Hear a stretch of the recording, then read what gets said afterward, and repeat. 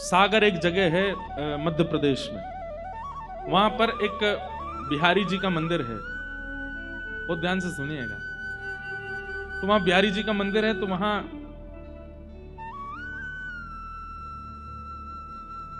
बिहारी जी की गौशाला भी छोटी सी, तो वहां गैया की सानी भी पुजारी जी करते थे, बिहारी जी की सेवा भी पुजारी जी करते थे। सानी समझते हैं?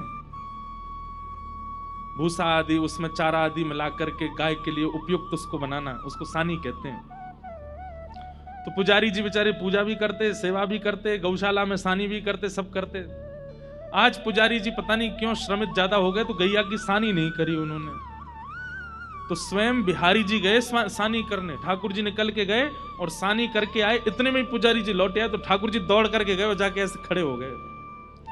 जैसे ही ठाकुर जी जाके खड़े हुए, तो पुजारी जी ने क्या देखा, गौशाला से लेके मंदिर तक पूरे ऐसे भूसा पड़ा हुआ है, भूस पड़ा हुआ है मंदिर में। जैसे ही ठाकुर जी को देखा, ठाकुर जी के हाथ पर गैया की सानी के वो सब भूसा लगे हुए थे। पुजारी समझ गए, बोले जय जय, आज मैं भूल गया तो आप सानी करके आए गैया की। तो ये कथा हम सुना रहे थे कथा में, तो हमने केवल ये बताया कि पुजारी जी ने देखा कि ठाकुर जी के हाथ में सानी के भूसा लगे हैं, तो पुजारी जी के नेत्र सजल हो गए। मैंने कहा भैया ऐसे बिहारी जी आपके सागर में विराजते हैं। अब इतना कहकर के कथा विश्राम हो गई।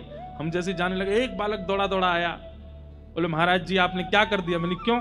आपने कथा सुनाई कि बिहारी जी सानी करके आए हैं, अपने आसन पे आके बैठ गए हैं, पुजारी जी आकर के उनको देख करके रोने लगे और आपने वही कथा विश्राम कर दी। मैंने इससे आगे कथा है भी नहीं। अरे कम से कम इतना तो बोल देते कि पुजारी जी ने कपड़ा लेके ठाकुर जी के हाथ पहुंचे, अब रात भर ठाकुर जी के हाथ में सानी लगी रहेगी। आपने कथा वही विश्राम कर दी।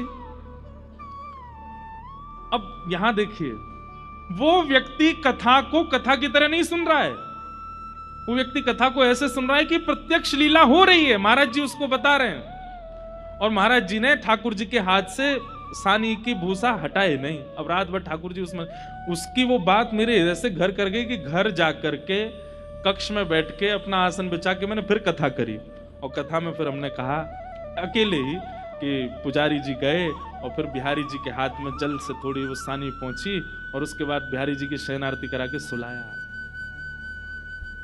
इससे क्या कहते हैं? इस भावना को कहते हैं चैतन्य। क्या कहते हैं? आप जो यहां लीला सुन रहे हैं, आप जो यहां भाव सुन रहे हैं, ये केवल एक वक्तव्य नहीं है, ये कथा नहीं है, ये प्रत्यक्ष लीला है। इसलिए कथा में कहते हैं विक्षेप मत डालिए, बीच में उठिए मत, बीच में आइए मत, बीच में जाइए मत।